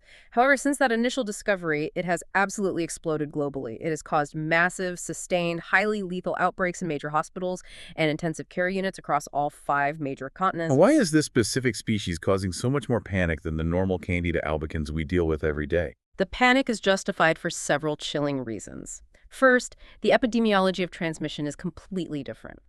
Unlike most Candida species, which typically originate endogenously from a patient's own internal gut flora when their immune system fails, C. auris behaves much more like a highly contagious, environmentally hardy hospital superbug, very similar to bacterial MRSA. It aggressively colonizes human skin, and it sheds heavily into the surrounding environment. It possesses an astonishing ability to survive for weeks or even months on dry, inanimate hospital surfaces, bed rails, blood pressure cuffs, IV poles, and shared medical equipment. It transmits incredibly easily from patient to patient via the hands of healthcare workers or contaminated equipment. So it is environmentally robust and highly contagious within a clinical setting. What is the second reason? The second major issue is diagnostic failure. It is incredibly difficult for standard laboratories to accurately identify. Older, traditional biochemical laboratory tests the standard sugar fermentation panels labs have relied on for decades routinely and consistently misidentify C. auris as other, far less dangerous, common species of Candida. Hospitals require highly advanced, expensive technology, specifically the MELD-TOF mass spectrometry systems we discussed earlier, or specialized DNA sequencing to accurately detect it. This critical diagnostic delay means that a lethal outbreak can spread silently through a hospital wing for weeks or months before the infection control team even realizes what specific organism they are dealing with. And the third reason is the one that truly keeps physicians awake at night. The drugs simply do not work. Exactly. C. auris is inherently profoundly multi-drug resistant. A massive percentage of clinical isolates globally are completely genetically resistant to fluconazole, which is our standard, frontline, inexpensive azole drug. A significant portion of strains are highly resistant to amphotericin B, our heaviest artillery. And a small but rapidly growing percentage of strains are evolving resistance to the echinocandins, which are our newest, safest, and most powerful class of antifungal drugs. We are increasingly, terrifyingly seeing the emergence of pan-resistant strains, meaning there is literally no approved antifungal drug on Earth that is capable of killing them. Furthermore, genetic sequencing evidence suggests that this immense resistance did not evolve slowly within treated patients, but rather likely emerged simultaneously in multiple distinct geographic regions across the globe. Many researchers hypothesize the sudden global emergence of resistance was heavily driven by the massive, widespread use of structurally similar azole agricultural fungicides in the environment. That is a deeply chilling concept, the idea that our agricultural practices might be breeding untreatable human pathogens. We will definitely circle back to that environmental connection at the end of the deep dive. Okay, moving down the list of dangerous opportunists, we must discuss cryptococcosis. Cryptococcus neoformans is an encapsulated environmental yeast that is distributed globally. It is almost exclusively intimately associated with avian feces, particularly the massive accumulations of pigeon droppings found in urban environments. The exceptionally high nitrogen content of the decaying guano provides the perfect nutritional substrate for its rapid growth. So anyone walking down a city sidewalk past a flock of pigeons roosting on a building is likely inhaling these specific yeast cells on a regular basis. But again, it rarely causes disease in a healthy person. What is its specific evolved superpower when it manages to enter an immunocompromised host? Its defining virulence factor, its absolute superpower, is its armor. Cryptococcus does not rely on speed or toxins, it relies on an impenetrable defense. It produces a massive, incredibly thick, highly complex polysaccharide capsule that completely spherically surrounds the actual yeast cell. Visually, it is like a microscopic force field. Force field is an excellent analogy. When an alveolar macrophage encounters the yeast in the lung and attempts to eat it, the slick, massive, negatively charged capsule physically prevents phagocytosis. It chemically and mechanically repels the immune cells. In a healthy host, the immune system eventually produces specific antibodies that coat the capsule, allowing the macrophages to finally grip and destroy it. But in a patient with deeply suppressed T-cell immunity, and Cryptococcus is heavily tragically associated as a major opportunistic killer in patients with advanced HIV/AIDS, the immune system fails to produce that response. The yeast multiplies unchecked in the lungs, disseminates into the bloodstream, and exhibits a highly specific, deadly predilection for invading the central nervous system. It is a leading global cause of fatal fungal meningitis. And diagnosing it rapidly in the hospital involves another classic, beautifully simple, visually striking laboratory test, the India Ink Prep. It is a brilliantly simple test. If an emergency room physician suspects cryptococcal meningitis in an immunocompromised patient, they perform a lumbar puncture to draw a sample of the patient's cerebrospinal fluid. They place a single drop of that fluid onto a glass slide and mix it with a drop of dark, particulate India ink. The physical carbon particles of the ink are too large to penetrate that massive polysaccharide force field surrounding the yeast. Therefore, when viewed under the microscope, the technician sees a pitch-black background of ink, punctuated by these brilliant, glowing, perfectly clear spherical halos surrounding the tiny yeast cells in the center. It provides a rapid, definitive bedside diagnosis of a highly lethal infection. Okay, next opportunist on our list, aspergillosis. We touched on this briefly earlier, discussing how we inhale hundreds of these spores every single day without consequence. Aspergillus fumigatus is quite literally ubiquitous. It thrives in soil, dust, rotting compost piles, and damp building materials. Ubiquitous is the correct term. It is impossible to avoid exposure. In a healthy individual, the alveolar macrophages quietly and efficiently engulf and digest the inhaled canidia on a daily basis without triggering any noticeable inflammation. But the scenario changes catastrophically in a profoundly neutropenic patient. Imagine a patient undergoing intensive ablative chemotherapy for leukemia, whose white blood cell count has been driven down to near zero. In the complete absence of those crucial defending macrophages, the inhaled canidia settle into the lung tissue and rapidly germinate. They grow into aggressive, tissue-invading filamentous hyphae. And pathologists look for a very specific shape here, too, to differentiate it from other molds. They do. When examining a tissue biopsy, the hyphae of Aspergillus are distinct. They possess regular, frequent cross walls, called septa, dividing the tube into distinct cells.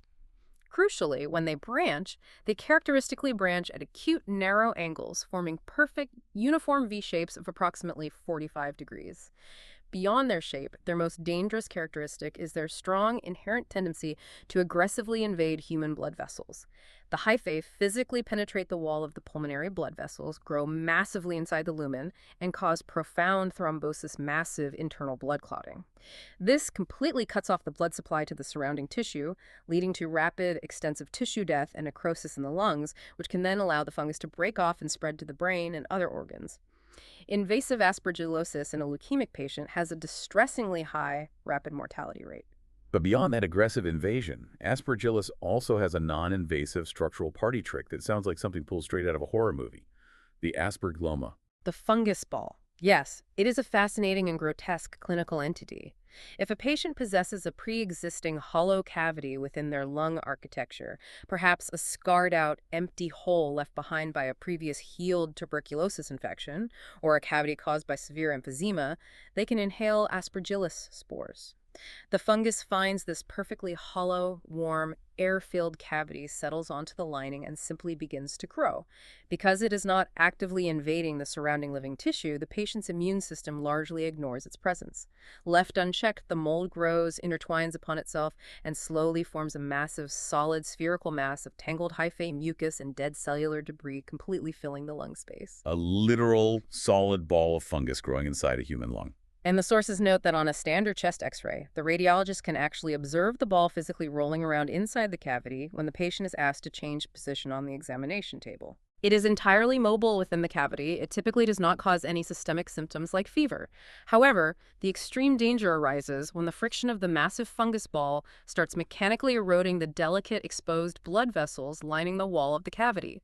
When a vessel ruptures, the patient suddenly begins coughing up massive, life-threatening amounts of bright red blood, a terrifying medical emergency known as severe hemoptysis, which almost always requires an emergency surgical lobectomy to physically remove the affected portion of the lung. Absolutely incredible biology. All right, we must now discuss mucormycosis. This infection is genuinely horrifying to read about. It is arguably one of the most acute, rapidly fatal, aggressively destructive fungal infections known to modern medicine. It is caused by various species of molds belonging to the order Mucoralis, most commonly species of Rhizopus or Mucor. These are ubiquitous, fast-growing environmental molds, exactly the kind of fluffy, rapidly spreading mold you find quickly breaking down rotting fruit or an old loaf of bread on the counter. And under the microscope, how do pathologists quickly differentiate them from the 45-degree branching of Aspergillus we just discussed? They are visually very distinct. The hyphae of Rhizopus and Mucor are exceptionally broad, thick, ribbon-like structures. Crucially, they lack the regular internal cross walls. They are what we call a septate or sparsely septate, and when they branch, they do not form neat 45-degree V-shapes. They branch irregularly at very wide, almost perpendicular angles closer to 90 degrees. Who is at risk for an infection this aggressive? Because the sources indicate that this mold seems to hunt for a very specific, rare metabolic weakness in the host. The classic textbook high-risk patient for mucormycosis is an individual suffering from poorly controlled diabetes who has unfortunately entered a severe metabolic crisis known as diabetic ketoacidosis. This is a state where the blood sugar levels are insanely high, insulin is lacking, and the blood itself becomes dangerously acidic. Precisely. In a highly acidic, glucose-rich environment, a specific biochemical change occurs. Iron, which is normally tightly bound and safely sequestered by transport proteins in the human serum, is suddenly released due to the low pH. This makes free, usable iron heavily available in the bloodstream. Molds like Rhizopus possess a massive metabolic requirement for iron, and they thrive explosively in highly acidic environments with abundant free iron.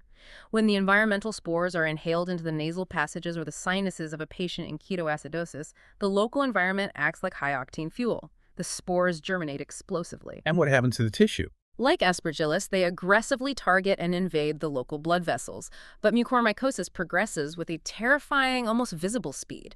It causes massive, rapidly spreading ischemic necrosis, rapid flesh death, due to lack of blood flow. The classic, most feared clinical presentation is rhinocerebral mucormycosis.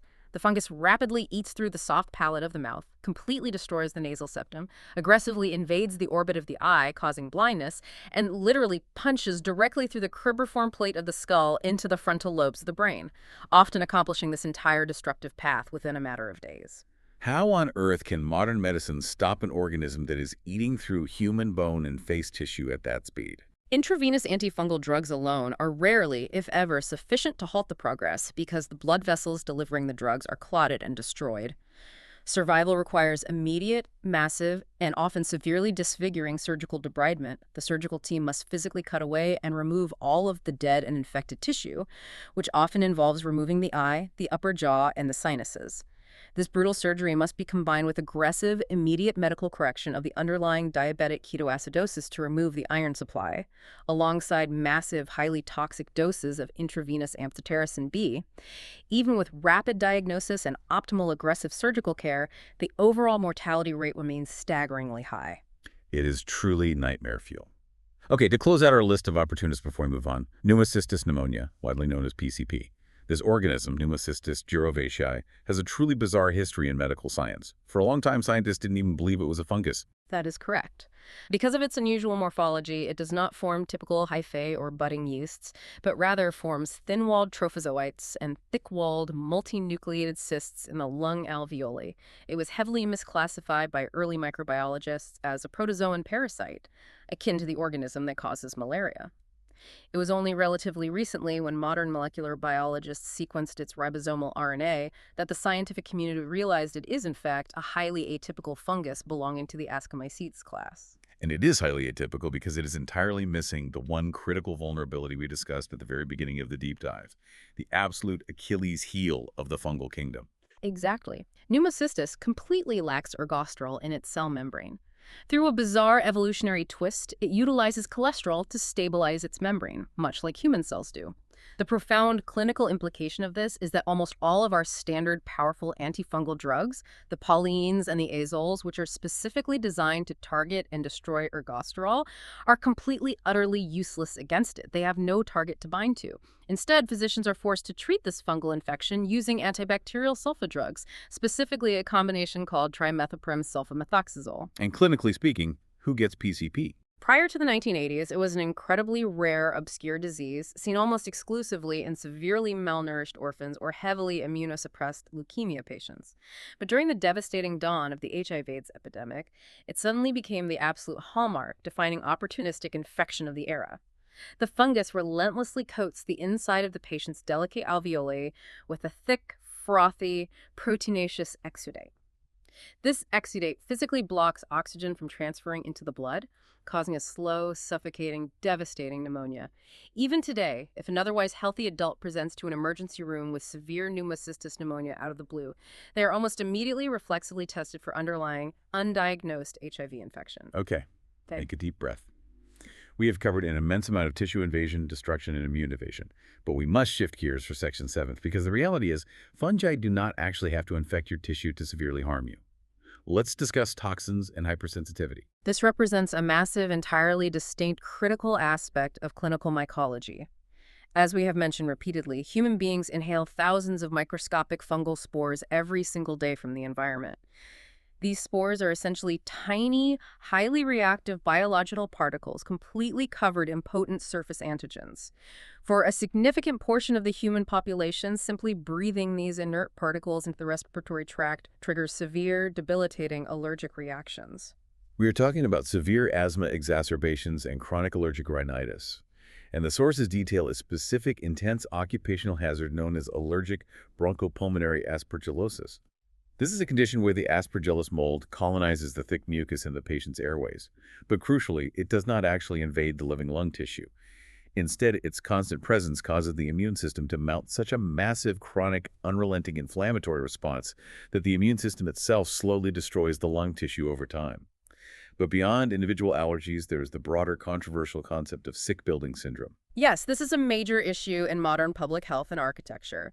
When modern, tightly sealed buildings suffer chronic water damage, a slowly leaking roof, a poorly drained flooded basement, or condensation inside HVAC systems. The damp drywall, ceiling tiles, and insulation become a perfect, nutrient-rich growth medium for environmental molds. A prominent culprit is Stachybotrys chartarum, which is often sensationalized in the media as toxic black mold. This mold produces not just massive clouds of allergenic spores, but also highly potent airborne mycotoxins. Individuals living or working in these heavily contaminated indoor environments inhale these toxins daily over months or years, leading to a cascade of chronic, severe, often poorly understood debilitating symptoms, including severe headaches, profound fatigue, chronic respiratory distress, and significant immune dysregulation. So breathing in fungal toxins from the environment is undeniably bad, but eating them is significantly worse. Let's examine the concept of mycotoxicosis, consuming fungal poisons. And to be clear, we're not just talking about an amateur forager picking the wrong poisonous mushroom in the forest, right? No, while true mycetismus, the direct consumption of a highly poisonous mushroom like the Amanita phalloides death cap, certainly causes acute, rapid, and often fatal massive liver and kidney failure, it is a relatively rare occurrence. The far more insidious, widespread global threat to human health comes from the secondary metabolites produced by common agricultural molds. These molds grow on our food supply before we even purchase it. The most potent and well-studied example of this is aflatoxin. Aflatoxin is produced by the mold Aspergillus flavus. Correct. Aspergillus flavus is an environmental mold that frequently, heavily contaminates major staple crops like peanuts, corn, and various grains, particularly when these crops are harvested and stored in warm, humid, poorly ventilated conditions. As the mold luxuriously grows on the stored food, it secretes aflatoxin as a metabolic byproduct. A critical, dangerous characteristic of aflatoxin is that it is highly heat stable, meaning that simply roasting the peanuts or boiling the corn during normal cooking processes absolutely does not destroy the chemical toxin. And what exactly does aflatoxin do when a human chronically consumes it in their diet? It is recognized biochemically as one of the most potent, naturally occurring hepatocarcinogens known to science. Chronic daily ingestion of even low levels of aflatoxin-contaminated food causes highly specific targeted genetic mutations within the DNA of the patient's liver cells. Specifically, it directly knocks out and mutates the p53 tumor suppressor gene, which is the crucial gene responsible for preventing cancer. The specific mutation leads directly and inevitably to hepatocellular carcinoma, a highly lethal form of liver cancer. This represents a massive, ongoing public health crisis in developing agricultural nations where crop-sparing conditions cannot be strictly regulated or controlled to prevent mold growth. So they do not infect your body. They simply poison the global food supply. And before we leave this section on external threats, there is one specific, tragic medical disaster detailed in the sources that perfectly, horrifyingly illustrates what happens when modern medicine completely bypasses every single natural barrier the human body possesses. The 2012 steroid injection outbreak. It remains a watershed, tragic moment in modern medical epidemiology and regulation. In late 2012, a compounding pharmacy located in the United States manufactured large, bulk batches of methylprednisolone, which is a highly potent immune-suppressing corticosteroid medication. These specific batches were intended for epidural injection directly into the spine to treat patients suffering from severe back pain. However, due to severe catastrophic lapses in the pharmacy's sterile manufacturing protocols and cleanroom maintenance, dozens of vials of this steroid became heavily contaminated with a common environmental dematiaceous mold called Exerohilum rostratum. A mold that normally just lives its entire life peacefully digesting dead grass and dirt. Exactly. It is an organism that almost never, under any normal circumstances, causes human disease because it is entirely incapable of penetrating intact human skin or surviving the robust immune defenses of the human lung.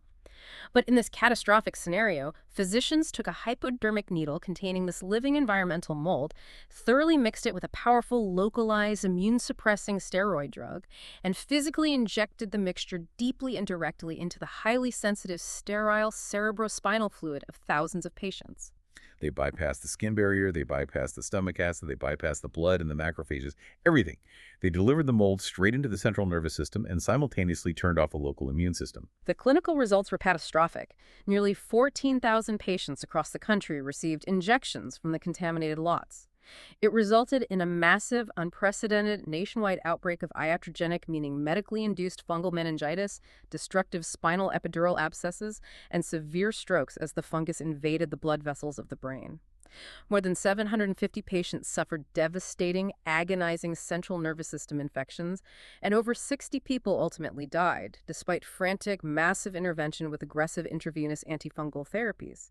It serves as a grim, unforgettable reminder of how completely protected we usually are by our intact anatomical barriers and how incredibly fatally vulnerable we become when those natural barriers are mechanically bypassed. It is a truly tragic, stark lesson in medical safety.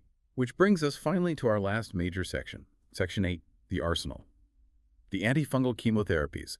We have talked for an hour about the eukaryote challenge.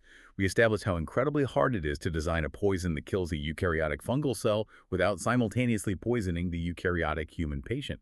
So how does modern pharmacology actually achieve it? We are forced to take careful aim at the very few highly unique molecular targets available to us. And the oldest, most robust, and most effective target remains, as we discussed at the very beginning of the deep dive, the ergosterol molecule located uniquely in the fungal cell membrane. The heaviest, most powerful artillery we possess in this fight belongs to an older class of drugs called the polyenes, and the absolute flagship drug of this class, the gold standard for severe invasive disease, is amphotericin B. Amphotericin B, a drug famously and dreadfully known in hospital wards across the world by the nickname amphoterrible. Why is it so terrible for the patient, and how does it actually execute the fundus? Amphotericin B is a massive, highly complex lipophilic molecule. Its mechanism of action is brutal, mechanical, and highly direct. It does not rely on complex enzymatic inhibition. When infused into the patient, the amphotericin B molecules seek out and bind physically and directly to the ergosterol molecules sitting within the fungal cell membrane. Once several molecules of the drug bind to several molecules of ergosterol, they aggregate together. The hydrophobic sides interact with the membrane, while the hydrophilic sides face inward, forming a literal physical pore, a gaping microscopic hole straight through the fungal membrane. It literally punches massive holes in the water balloon. Exactly. By compromising the membrane integrity, the crucial intracellular contents of the fundus, specifically vital ions like potassium and magnesium, rapidly leak out through these artificially created pores. The fungal cell loses its osmotic balance and rapidly, inevitably dies. It is highly effective and potently fungicidal. So if it is so incredibly effective at killing the fungus, why the terrible nickname? Because we cannot entirely escape the eukaryote problem. While amphotericin B is engineered to have a much higher preferential binding affinity for fungal ergosterol, it still possesses a significant dangerous cross-reactivity with human cholesterol. It binds, albeit more weakly, to human cell membranes. It is particularly notoriously destructive to the delicate epithelial cells lining the filtration tubules of the human kidneys. So while the drug is busy punching massive, lethal holes in the invading fungus, it is simultaneously punching tiny, damaging holes in the patient's own kidneys. Precisely. Severe nephrotoxicity kidney damage is an almost universal expected complication with the prolonged intravenous use of traditional amphotericin B formulations. Furthermore, the infusion of the drug itself triggers intense, acute, systemic infusion reactions in the patient. High fevers, violent shaking chills, and dangerous electrolyte disturbances. To mitigate this severe toxicity and allow patients to tolerate the life-saving drug, pharmacologists developed a truly brilliant, elegant workaround. liposomal amphotericin B. It sounds like a microscopic drug delivery Trojan horse. Explain how the liposomal engineering protects the patient. It is a marvel of drug delivery. They took the highly toxic amphotericin B molecule and carefully packaged it completely inside microscopic protective spheres of fat known as lipid vesicles or liposomes. When this new formulation is intravenously infused into the patient's bloodstream, these fat spheres circulate safely. As they pass through the delicate human kidneys, the toxic drug remains safely hidden and encapsulated inside the lipid shell, drastically reducing the damage to the human cholesterol membranes. However, when the circulating fat sphere eventually encounters an area of active fungal infection, the biology changes. The pathogenic fungi naturally secrete lipase enzymes specifically designed to digest fats in the environment for energy. The fungus actively digests the protective lipid sphere, inadvertently releasing the highly concentrated toxic amphotericin B payload directly onto itself. This targeted delivery mechanism drastically reduced the systemic kidney toxicity while brilliantly maintaining the drug's potent, life-saving killing power. That is just incredibly clever pharmacological engineering, using the fungus's own appetite against it. Okay, so that covers the polyens punching holes.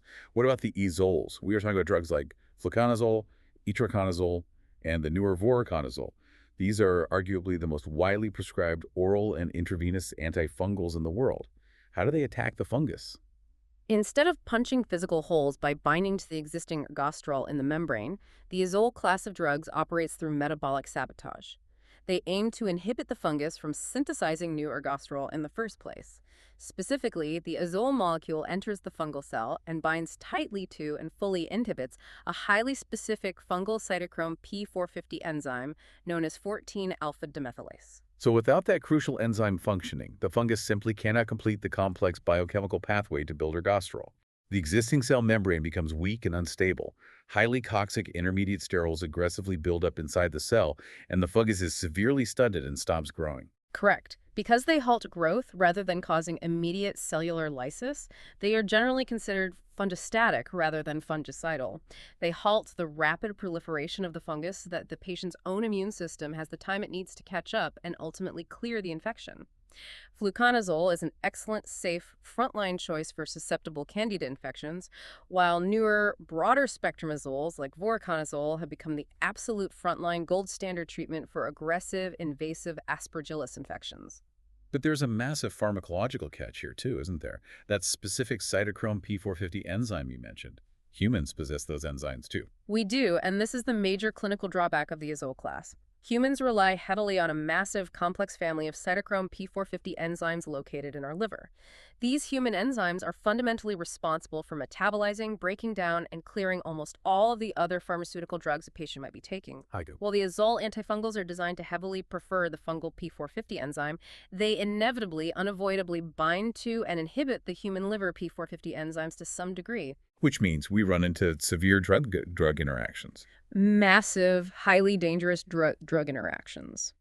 If a complex patient is currently taking a statin drug to control their cholesterol, or a potent blood thinner to prevent clots, or a delicate immunosuppressant drug to prevent the rejection of a transplanted kidney, and a physician suddenly adds an azole antifungal to treat an infection, the liver abruptly stops breaking down those original drugs. The levels of those other powerful drugs can rapidly, dangerously skyrocket to highly toxic, potentially fatal levels in the patient's bloodstream. Therefore, successfully managing a complex patient on an azole antifungal requires constant, vigilant, daily therapeutic drug monitoring and dose adjustments. So to recap the heavy hitters, amphotericin B destroys the kidneys and azoles wreck the liver's metabolism and interfere with other life-saving drugs. Is there anything in the modern arsenal that just targets the fungus cleanly without causing massive collateral damage to the human machine? Yes, thankfully. The newest major class of systemic antifungals, developed and introduced relatively recently in pharmacological history, are the echinocandins. These are intravenous drugs with names like caspofungin and micafungin. They represent a paradigm shift because they completely ignore the cell membrane and ergosterol entirely. Instead, they target the cell wall, the rigid cardboard box we discussed at the very beginning. And this is the magic bullet, because human cells do not possess cell walls at all. Exactly. That is the key to their safety. Echinocandins work by specifically, highly selectively inhibiting an enzyme complex responsible for the synthesis of beta-1,3-D glucan, which is a vital, load-bearing structural component of the fungal cell wall. By preventing the fungus from building and maintaining its protective outer wall, the fragile underlying cell membrane is abruptly exposed to severe osmotic pressure, and the fungal cell rapidly bursts and dies. Because human cells completely lack beta-glucan and completely lack cell walls, these drugs have absolutely no human target to bind to. Consequently, they are incredibly well tolerated by patients, they have very few side effects, and exhibit almost zero organ toxicity. They are essentially the long-awaited penicillin of antifungals. That is a very highly accurate, common comparison in the field. They are currently the absolute frontline choice for severe invasive candidiasis in critically ill patients. However, unfortunately, their spectrum is not universal. They are highly effective against Candida and Aspergillus, but they are completely ineffective against Cryptococcus or the terrifying Mucorales molds because those specific fungi utilize different structural components in their walls. Right, the arsenal is highly specific to the target. The sources briefly mentioned a couple of other older, highly niche drugs to round out the pharmacological picture, flucytosine and the oral drugs for superficial dermatophyte infections. Flucytosine is a truly fascinating older drug. It is a fluorinated pyrimidine analog. The genius of this drug is that the fungal cell actively imports the drug across its membrane, mistakenly believing it is a normal required building block for synthesizing its own RNA and DNA. However, once the drug is actively transported inside, fungal-specific enzymes rapidly convert it into a highly toxic antimetabolite. It essentially becomes a potent chemotherapy agent, very similar to 5-fluorouracil used in human cancer treatment. This toxic metabolite severely disrupts and shuts down fungal protein and DNA synthesis from the inside out. But the text specifically notes that physicians almost never use flucytosine alone as a single therapy. It's never alone. Fungi possess the ability to rapidly mutate the enzymes responsible for importing and converting the drug. They develop high-level genetic resistance to flucytosine with breathtaking speed if it is used as a monotherapy. Therefore, it is almost exclusively utilized in a strict combination therapy with amphotericin B, primarily to treat severe, life-threatening cryptococcal meningitis. The synergistic mechanism is brilliant. The amphotericin B punches physical holes in the fungal membrane, which completely bypasses the need for the fungus to actively import the flucytosine. Massive, lethal amounts of flucytosine passively flood into the cell through the pores, creating a deadly, overwhelming synergistic killing effect before the fungus has time to mutate. And finally, to address the frustrating itchy toes and the thick, crumbly nails, the drugs terbinafine and grisefolvin. Terbinafine, which the public often recognizes by the brand name Lamisil, is a highly effective synthetic allylamine. It inhibits a much earlier step in the ergosterol synthesis pathway, specifically targeting an enzyme called squalene epoxidase. Its true clinical value lies in its pharmacokinetics. It is incredibly effective at accumulating and concentrating heavily within the keratin of the skin and nail beds, making it the absolute drug of choice for eradicating stubborn dermatophyte infections. Grisefolvin is a much older, naturally derived oral drug that operates differently. It physically binds to the fungal microtubules, completely disrupting the mitotic spindle and halting fungal cell division. It also slowly accumulates in human keratin, but it requires many months of continuous daily therapy because it only protects the newly forming healthy nail or skin at the base. The patient must continue taking the drug, waiting patiently for the old, dead, infected tissue to slowly grow out and be physically shed. Wow. Okay. We have covered a massive amount of territory today. We have detailed the intricate cellular anatomy, the harsh chemical laboratory tests, the stealthy surface dwellers, the traumatic deep invaders, the potent toxins, and the highly specific, often toxic pharmacological drugs. How do we pull back and synthesize all of this information into a cohesive understanding? When you look at the entirety of medical mycology from a high-level perspective, you are forced to genuinely marvel at the sheer, relentless evolutionary adaptability of these organisms.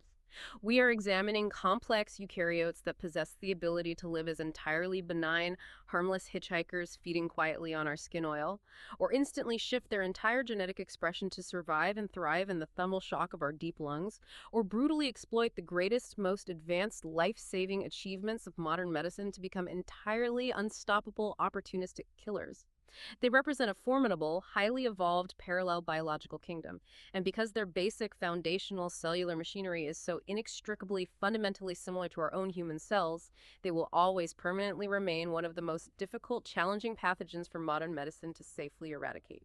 It is a deeply humbling perspective. We spend so much of our public health energy and anxiety worrying about the next viral pandemic or the threat of antibiotic-resistant bacteria, but the fungi are always silently there.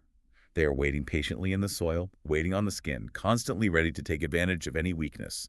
And I want to leave you with a final provocative thought to mull over, building upon everything we have explored today. Consider the concept of the thermal barrier. We discussed extensively how human core body temperature, 37 degrees Celsius, is currently our single greatest, most effective natural defense against the vast fungal kingdom.